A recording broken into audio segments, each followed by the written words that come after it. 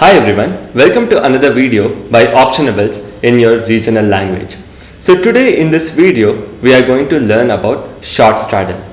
Short straddle is one of the most popular strategy which is used by traders, and today we are going to learn a system-based approach to short straddle in this particular video.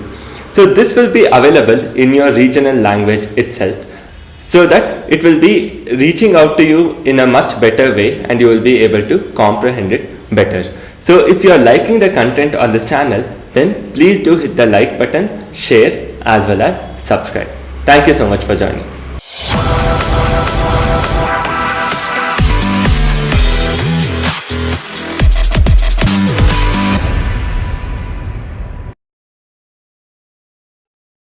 Hi guys, short straddle की इस video में आपका स्वागत है और हम जल्दी से मूव ऑन करेंगे हमारे फर्स्ट टॉपिक के ऊपर, जो कि है आखिरकार लोग मार्केट में पैसा क्यों गंवाते हैं। तो सबसे पहले हम देखेंगे कि लोग आखिरकार मार्केट में पैसा क्यों गंवाते हैं और जो स्ट्रैटेजी हम बनाने वाले हैं उसमें हम सेम गलतियां ना करें, ताकि आपको एक बात श्योर हो जाएगी कि आपके पास एक प्रॉफिटेबल स्ट्रैटेजी है। तो नंबर 1 पर आता है नो कंसिस्टेंसी इन स्ट्रैटेजी। इस स्ट्रैटेजी में दिक्कत यह है कि लोग किसी एक स्ट्रैटेजी को अच्छा समय नहीं दे पाते हैं। उदाहरण के तौर पर अगर हम मूविंग एवरेज ले तो कोई व्यक्ति 20-50 मूविंग एवरेज 2 से 3 दिनों के लिए अपनी स्ट्रैटेजी में इंप्लीमेंट करता है और जैसे ही चौथे दिन वो स्ट्रैटेजी वर्क करना बंद कर देती है तो वो ये कंक्लूड कर लेते हैं कि ये स्ट्रैटेजी काम नहीं कर रही है और वो दूसरे स्ट्रैटेजी पर मूव ऑन हो जाते हैं। इसी तरह 2 से 3 दिनों तक अगली स्ट्रैटेजी काम न करने पर वो उस स्ट्रैटेजी को भी डंप कर देते हैं और फिर तीसरी और नई स्ट्रैटेजी अपना लेते हैं। लेकिन मार्केट इस तरह काम नहीं करता। आपको उस स्ट्रैटेजी पर डटे रहना है, चाहे रिजल्ट कुछ भी हो। उदाहरण के तौर पर यदि हम 60% विनिंग रेट वाली स्ट्रैटेजी ले तो उसका ये मतलब नहीं है कि हर 5 में से 3 ट्रेड आप प्रॉफिट में रहोगे या आपके हर 10 में से 6 ट्रेड प्रॉफिटेबल रहेंगे। यदि आप 10 ट्रेड लोगे तो शायद उसमें से सिर्फ 4 ही ट्रेड प्रॉफिटेबल रह सकते हैं, लेकिन यदि आप 100 ट्रेड्स लोगे तो उसमें से श्योरली 60 ट्रेड्स प्रॉफिटेबल रहेंगे। तो अब बात ये आती है कि आखिरकार लोग किसी एक स्ट्रैटेजी पर डटे क्यों नहीं रह सकते। उसका कारण है no data regarding the strategy profitability, strategy risk and probability. एक बार आपके पास प्रॉफिटेबिलिटी, रिस्क और प्रोबेबिलिटी का डेटा आ जाए तो आप किसी एक स्ट्रैटेजी पर डटे रहने के लिए पीछे नहीं हटेंगे। तो जो स्ट्रैटेजी हम बनाने वाले हैं उसमें इन सभी पॉइंट्स का हम ध्यान रखेंगे। यदि मैं आपको सारा डेटा दूं और बता दूं कि ये प्रॉफिटेबिलिटी है, ये प्रोबेबिलिटी है और ये आपका रिस्क है, तो आप कॉन्फिडेंट हो जाओगे और उस ट्रेड को करोगे। यदि आप आज पैसे लॉस भी करते हो तो आप कल फिर से आके उस स्ट्रैटेजी को अपनाओगे, क्योंकि आपको पता है कि आज न कल आपको उसमें पैसा बनना ही है। तो आज हम आपको यही कॉन्फिडेंस इस वीडियो के थ्रू देना चाहते हैं ताकि आप एक स्ट्रैटेजी को बार बार अपना सके। तीसरे पॉइंट पर आता है डिस्क्रिशनरी ट्रेड। इस स्ट्रैटेजी में हम कोई भी डिस्क्रिशनरी ट्रेड नहीं लेंगे ताकि हमारा पर्सनल ओपिनियन इस स्ट्रैटेजी के रिजल्ट को अफेक्ट नहीं करेगा। हम आपको कोई भी चार्ट या मार्केट मूवमेंट देखने के लिए नहीं कहेंगे जिससे कि आपकी व्यक्तिगत भावना इस स्ट्रैटेजी के रिजल्ट को अफेक्ट कर सके।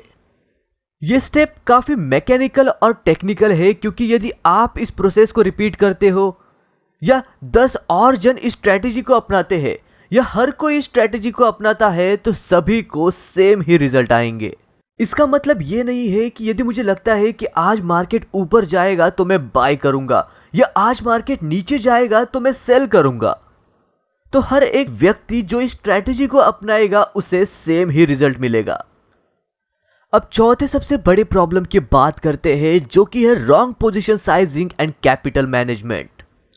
यदि आपके पास 50,000 का ट्रेडिंग कैपिटल है और आप उसमें से 25 से 30,000 की ऑप्शन ट्रेडिंग करते हो और यदि वो 0 हो जाता है तो उसी जगह पर आपका आधा कैपिटल खत्म हो जाता है। या फिर आप 2 गुना लेवरेज लेते हो और 2.5 लाख के कैपिटल के साथ 10 लाख की ऑप्शन ट्रेडिंग करते हो और यदि आपका एक ट्रेड गलत हो जाता है तो आपका पूरा कैपिटल वाइप आउट हो सकता है। तो मैं यही आशा करता हूं कि आप इन गलतियों को ना दोहराएं और इस वीडियो को पूरा अंत तक देखें। अब हम बढ़ते हैं दूसरे सेक्शन पर, जहां पर एक्चुअली में हम डेटा को एनालाइज करेंगे और जो भी चीजें हम आपको अभी दिखाएंगे वो सभी एक्चुअल डेटा से ली गई है। तो अभी आप अपनी स्क्रीन पर बैंक निफ्टी का एक चार्ट देख सकते हैं। इस चार्ट को बनाने के लिए हमने सितंबर 2005 से मार्च 2021 का बैंक निफ्टी का डेटा यूज किया है, जिसमें कुल मिलाकर 3826 ट्रेडिंग डेज है। तो चलिए एक एक करके इस चार्ट को समझने की कोशिश करते हैं। तो सबसे पहले आप देख सकते हैं कि आखिरकार बैंक निफ्टी कितने दिन कितना परसेंट मूव हुआ। जैसे कि इस बार में बैंक निफ्टी 680 दिन -0.2 से सिर्फ 0.3% ही मूव हुआ और उसके बाजू वाले बार में बैंक निफ्टी 620 दिनों के लिए -0.7 से 0.2% ही चेंज हुआ। तो बेसिकली हमने यहाँ पर सभी डेटा को ग्राफिकल वे में रिप्रेजेंट किया है ताकि हम इसे काफी इजी वे में समझ पाए।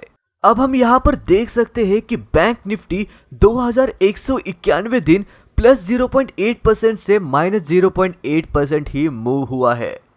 तो वही बैंक निफ्टी 942 दिन 0.8% से 2% मूव हुआ है और 2% से ज्यादा और कम सिर्फ 692 दिन ही मूव हो चुका है। इसका मतलब यह है कि बैंक निफ्टी 2191 दिन रेंज बाउंड रहा, जो कि 50% से भी ज्यादा है। अब दूसरी बात करते हैं 0.822% की, जो कि पूरे दिनों का 26 से 27% है। इसका मतलब यह है कि मार्केट 3826 दिनों में से 942 दिन हल्का सा ट्रेंडिंग रहा। यदि वो अपसाइड हो सकता है या डाउन साइड, ज्यादा ट्रेंडिंग नहीं, थोड़ा सा ट्रेंडिंग। अब हम बात करते हैं आखिरी पार्ट की, जो कि है +2% या -2% की। इसे हम हाईली ट्रेंडिंग मूव में कंसीडर करते हैं और ये पूरे 3826 दिनों का 20% है।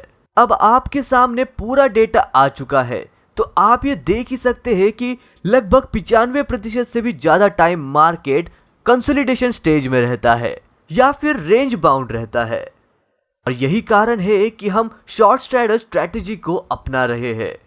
यदि आप किसी से भी जाकर पूछोगे कि आखिरकार रेंज बाउंड मार्केट के लिए कौन सी स्ट्रैटेजी सबसे बढ़िया है, तो वो एक ही जवाब देगा, शॉर्ट स्ट्रैडल। अब हम जो स्ट्रैटेजी बनाने वाले हैं उसमें हम सिर्फ 58% ही प्रॉफिटेबिलिटी नहीं रखेंगे। उसमें हम 3 सिनारियो में से 2 सिनारियो, जिसमें 3 सिनारियो है कंसोलिडेशन, स्लाइटली ट्रेंडिंग और हाईली ट्रेंडिंग मूव। इन तीनों में से किसी 2 सिनारियो में हम प्रॉफिटेबल रहेंगे। ऑब्वियसली हम सभी तीनों सिनारियो में प्रॉफिटेबल नहीं रह सकते। ऐसा रहता तो कोई ट्रेडर कभी लॉस में जाता ही नहीं। अब हम एक ऐसी स्ट्रैटेजी बनाएंगे जिसमें हम इन तीनों में से किसी 2 सिनारियो में प्रॉफिटेबल रहने की कोशिश करेंगे। तो वो 2 सिनारियो है रेंज बाउंड मार्केट और हाईली ट्रेंडिंग मार्केट, जिसको कंबाइन करने के बाद हमारी विनिंग प्रॉफिटेबिलिटी 70% हो जाती है। तो अब हम इस स्ट्रैटेजी को अच्छे से समझेंगे और आखिरकार देखेंगे कि हम इसमें क्या करने वाले हैं। अब हम तीसरे सेक्शन पर बढ़ते हैं, जो कि इस स्ट्रैटेजी का सबसे अहम हिस्सा है।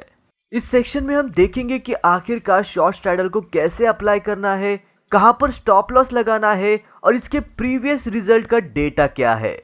अब इस स्ट्रैटेजी को इंप्लीमेंट करने की कंडीशंस क्या क्या है। सबसे पहली कंडीशन है create short straddle at 1 PM sharp. दूसरी कंडीशन है shorting at the money call and put option at 1 PM। और क्योंकि हम यहाँ पर बैंक निफ्टी की बात कर रहे हैं, तो हम यहाँ पर बैंक निफ्टी के एट द मनी कॉल और पुट ऑप्शन को शॉर्ट करेंगे। नंबर 3 पर आता है स्टॉप लॉस, जिसमें हमने जो प्रीमियम कलेक्ट किया है उसके 30% वैल्यू को ऐड कर हम उस पर स्टॉप लॉस रखेंगे।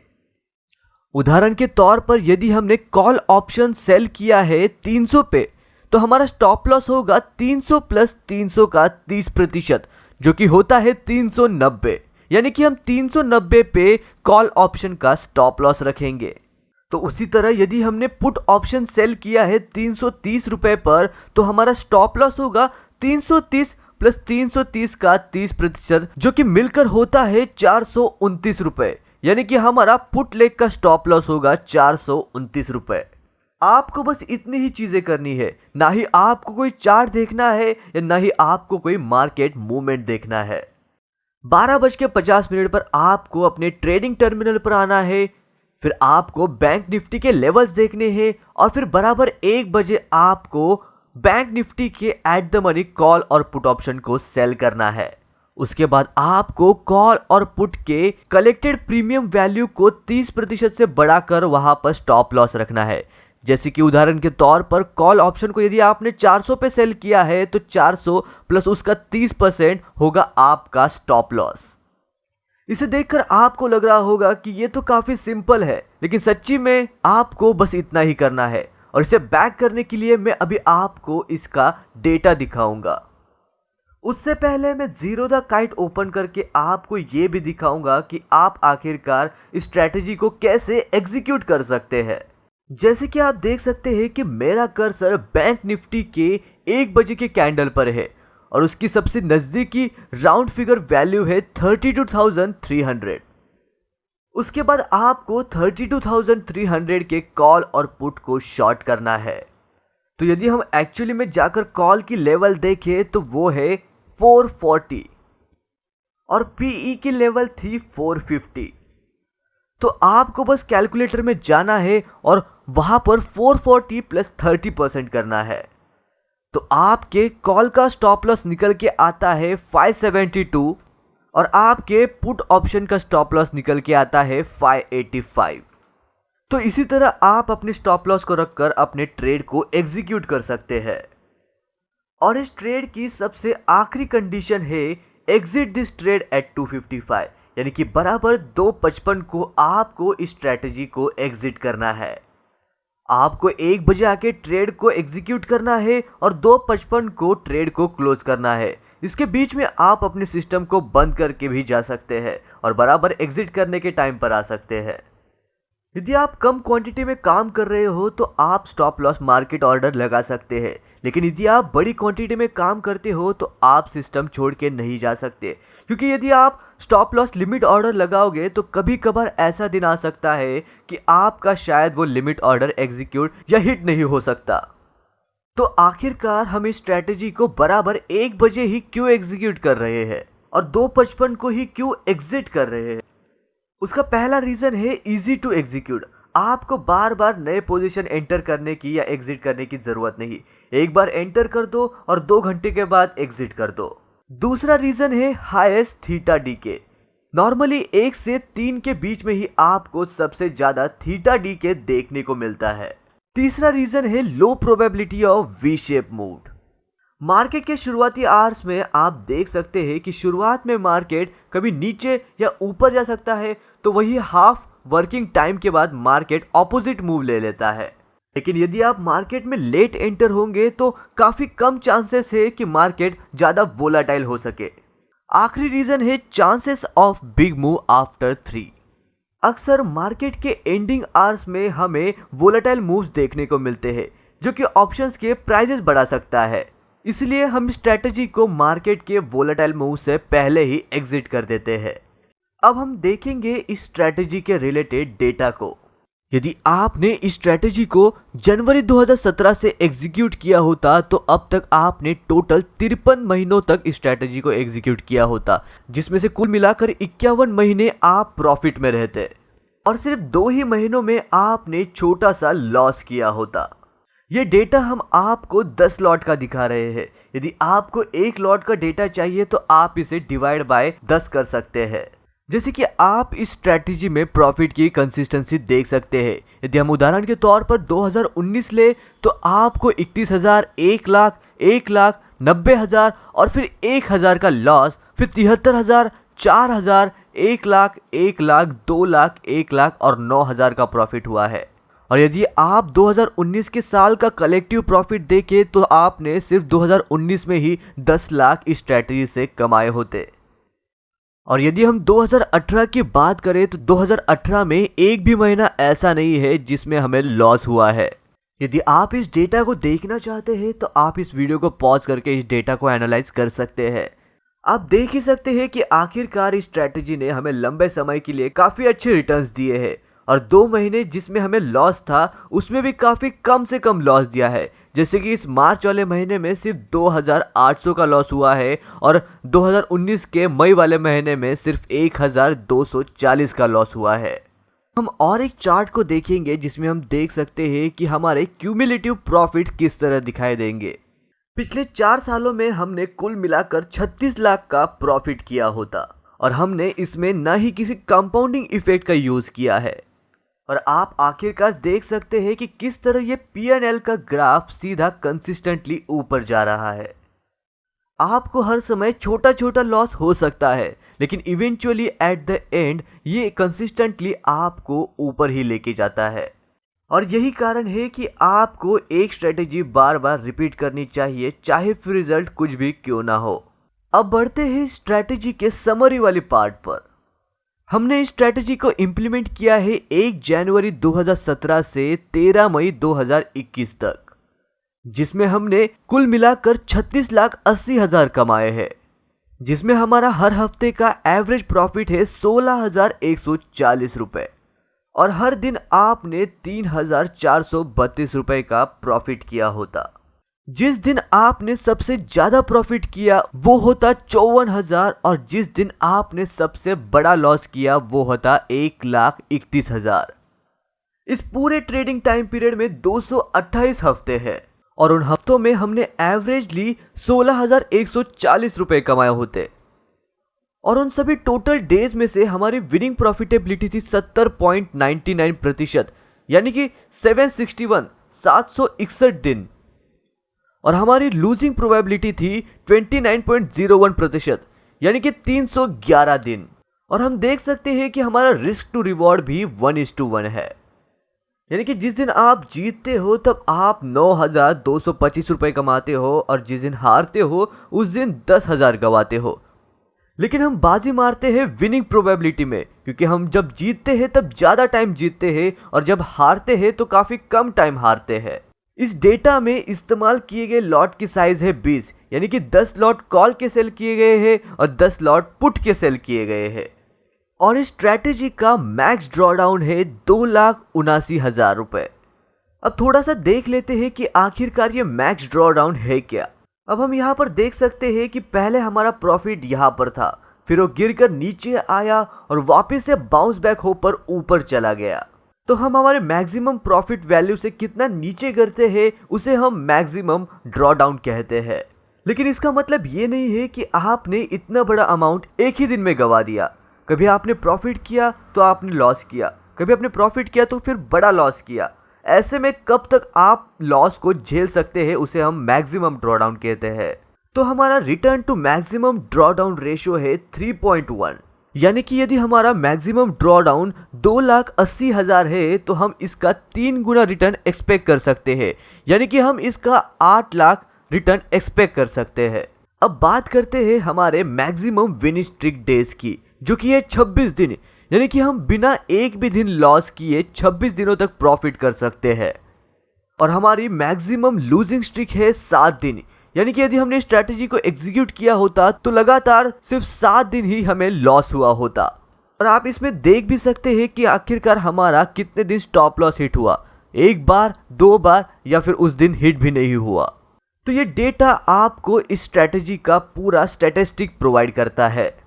तो अब आप इस डेटा की मदद से स्ट्रैटेजी को काफी कॉन्फिडेंटली एग्जीक्यूट कर सकते हैं और अब आपको लॉसेस की भी चिंता नहीं होगी, क्योंकि आपको पता है आप कंटिन्यूअस 7 दिनों तक लॉस में जा सकते हैं और आपका मैक्सिमम ड्रॉडाउन 2,80,000 तक का हो सकता है। इतना होने के बावजूद भी आप काफी कॉन्फिडेंटली जाकर इस स्ट्रैटेजी को एग्जीक्यूट कर सकते हैं, क्योंकि आपके पास इसे बैक करने के लिए डेटा होता है। यदि आप चाहते हैं तो आप वापस जाकर मंथली डेटा और चार्ट को वापस से एनालाइज कर सकते हैं। और यही है हमारी पूरी स्ट्रैटेजी। काफी सिंपल है, आपको बराबर 1 बजे एट द मनी कॉल और पुट को शॉर्ट करना है, 30% का स्टॉप लॉस रखना है और 255 को एग्जिट कर देना है। मैं आशा करता हूँ आपको ये स्ट्रैटेजी पसंद आई होगी और आप जल्द से जल्द स्ट्रैटेजी को एग्जीक्यूट करोगे। तो आइए अब हम इस वीडियो के सबसे मेन इंपॉर्टेंट पार्ट के बारे में बात करेंगे, जो कि है मार्जिन मैनेजमेंट और रिस्क मैनेजमेंट। लेकिन वीडियो को आगे बढ़ाने से पहले मैं एक बात आपको सजेस्ट करना चाहूँगा कि इस स्ट्रैटेजी को इम्प्लीमेंट करने से पहले आप कुछ दिन इसे पेपर ट्रेडिंग पर करके देखें। जब आप इसमें कंफर्टेबल हो जाए तब ही अपने फाइनेंशियल एडवाइजर से कंसल्टेशन लेके इसे एग्जीक्यूट करें। अब बात करते हैं मार्जिन मैनेजमेंट की। पहले एक लॉट को एग्जीक्यूट करने के लिए हमें 90,000 का कैपिटल लगता था, लेकिन 1 सितंबर के बाद से हमें न्यू मार्जिन सिस्टम में एक लॉट को एग्जीक्यूट करने के लिए 1,80,000 का कैपिटल लगता है। लेकिन आपके पास 1,80,000 होने के बावजूद भी आप इस स्ट्रैटेजी को तभी एग्जीक्यूट करिएगा जब आपके पास 2,50,000 का कैपिटल होगा, क्योंकि जब आप 2,50,000 पर लॉट की कैपिटल से ट्रेड करते हो तो आपका मैक्सिमम ड्रॉ डाउन 27,000 होगा, जो कि सिर्फ 11% होता है। लेकिन वही यदि आप 1,80,000 के कैपिटल से करोगे तो आपका मैक्सिमम ड्रॉ डाउन 50% हो सकता है। तो यदि आपके पास 2,50,000 पर लॉट है तो ही इस स्ट्रैटेजी को एग्जीक्यूट करिएगा, क्योंकि यही चीज हमें अपना पूरा कैपिटल उड़ाने से बचाती है। क्योंकि प्रॉपर रिस्क मैनेजमेंट और प्रॉपर मार्जिन मैनेजमेंट ही हमें मार्केट में सबसे ज़्यादा दिनों के लिए टिकाए रख सकती है। यदि आप देखें तो 2,50,000 पर आप 80,000 यानी कि 30% प्रॉफिट कमा रहे हैं और आपका रिस्क सिर्फ 11% है, जो कि काफ़ी अच्छा रिस्क टू रिवॉर्ड देता है। आप शायद उसी कैपिटल में 2 लॉट करके अपना प्रॉफिट 60% कर सकते हैं, लेकिन क्या वो रिस्क आपके लिए सही है? बिल्कुल नहीं। यदि आपका कैपिटल बड़ा है फिर भी आपको यही रेशो फॉलो करना है। यदि आपके पास 10 लाख है तो आप 4 लॉट के साथ ट्रेड करिए, यदि 20 लाख है तो 8 लॉट्स के साथ ट्रेड करिए और इस स्ट्रैटेजी को कम से कम 3 महीनों तक रिपीट करिए और फिर आखिर में इस स्ट्रैटेजी के रिजल्ट देखिए। सिर्फ 10-15 दिन एग्जीक्यूट करके इसे जज मत करिए। तो क्या मैं ये बात कहना चाहता हूँ कि यही स्ट्रैटेजी सबसे बेस्ट स्ट्रैटेजी है? बिल्कुल नहीं। आप इस स्ट्रैटेजी में काफ़ी सारे चेंजेस करके इसे और बेहतर बना सकते हैं। यदि आपकी नज़र में कोई और अच्छी बेहतर स्ट्रैटेजी है तो आप उसे कमेंट में डाल सकते हैं ताकि बाकी व्यूवर्स भी उसे देख पाए। और आप कमेंट में ये भी बता सकते हैं कि आखिरकार इस स्ट्रैटेजी में कौन से चेंजेस करके इसे और बेहतर बनाया जा सकता है। मैं आशा करता हूँ आपको ये वीडियो पसंद आया होगा। यदि आपको ये वीडियो पसंद आया तो आप इसे लाइक करके हमारे चैनल को सब्सक्राइब कर सकते हैं और इसे बाकी लोगों के साथ शेयर कर सकते हैं। और यदि आपके पास भी कोई वीडियोस के आइडिया है तो वो हमें कमेंट में ज़रूर बताइएगा।